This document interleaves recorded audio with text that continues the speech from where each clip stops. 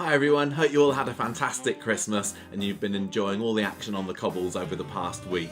Now we have got a bit of a festive treat for you today. You might remember that last month Gemma and I were lucky enough to be invited over to Media City for a special Coronation Street press day where, among other things, we got a chance to sit in with a bunch of journalists on an interview with brand new Corrie producer Kate Brooks. Now what we haven't told you, and we've been keeping a secret since then, is that after that we were able to squirrel Kate away into Kev's garage for an exclusive interview of our own. Now this is only a quick chat and we didn't want to talk spoilers for 2025, but what we were able to find out is a bit about how the first few months as producer had been, what it means to her to be at the helm of Coronation Street, and what her vision for the show is in 2025. So sit back, grab a mince pie and enjoy our exclusive chat with Coronation Street producer Kate Brooks. So I'm here with Kate. I'm so excited that Kate Brooks has decided to agreed to have an interview with us. Just a quick one about how she's been finding Coronation Street in the new role of producer. So how's 2024 been for you, Kate, as a producer at Corrie? It's been brilliant. It's been so much fun. We are weirdly standing in Kevin Webster's garage in the little office bit, which is weirdly lifelike. It is. It's very realistic. I mean, so realistic. There's posters. There's there's half jars of coffee and everything. So yeah, we are. Oh no, it's TV coffee. Real illusion. I am loving 2024. I worked here 9 years ago for a good 5 years, and I love this place. You know, it's weird because people say to me, "How did you feel coming back into the cobbles? How did you?" And it sounds really strange, but I felt like I'd been away for a really long weekend because I'd come back and not much changes around here. You know, everyone's so familiar, kind of behind the scenes. Nobody aged, which I found bizarre. I was like, I've literally just stepped out. So it's really lovely being back, and you know, I loved my time at Emmerdale, obviously, but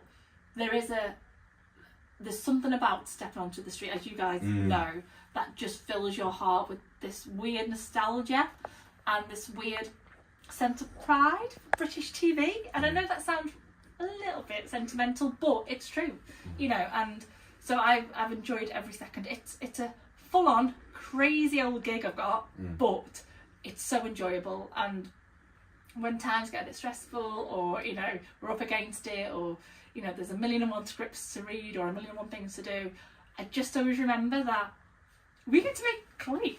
It's amazing, it's brilliant. So you've got a big history of Corrie, haven't you? You're not just working it, but you've been a big fan of it.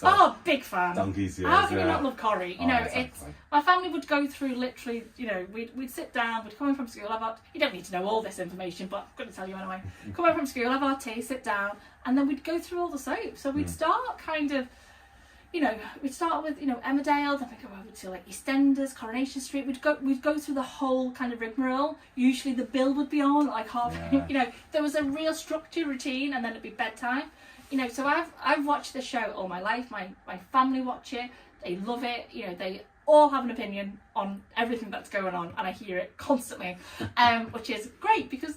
You know, ultimately, you know, we make telly for the fans, we make telly for the audience, we don't make it for ourselves, you know, and I think it's really important that you need to love what you do, you need to love Corrie, and I think if you don't, then that kind of shows.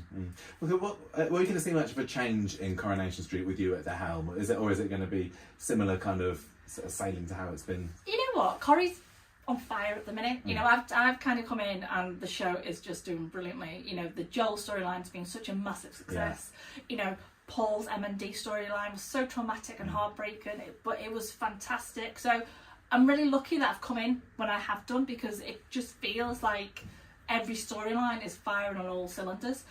So there will be more of the same. There'll be a little bit more of the same. There'll be a lot of kind of non-conventional storytelling. There'll be a lot of non-linear storytelling. I was going to ask about that because we have seen in the past 12 months or so more flashbacks and effects and things. So we're going to see more of that. We're going to see more of that. We're going to, you know, I kind of, you know, for me, as long as it's rooted in story and rooted in character, then I think the audience will come with us, whatever kind of journey we want to take them on. So I'm all for kind of stylistic episodes. I'm all for kind of shocks within the episode. I'm all for kind of, you know, taking people down one path and then absolutely pulling the rug and then realising that, oh, okay, so this is what the story is. So I love keeping people on the toes and guessing, you know, and I think that's what I kind of want to do more of. You know, they've done it so well kind of in the last 12 months, and the audience have loved it. They've really responded well, you know.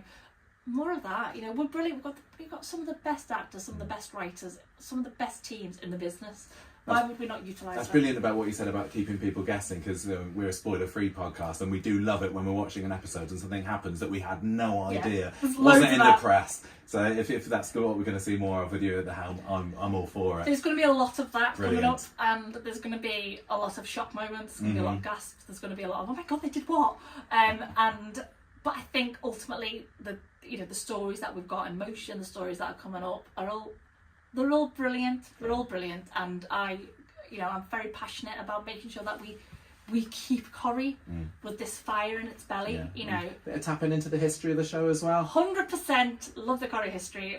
Obviously, you know, I'm a big fan of Corrie, so there will be old faces, familiar faces coming back in 2025. Yeah, thank you.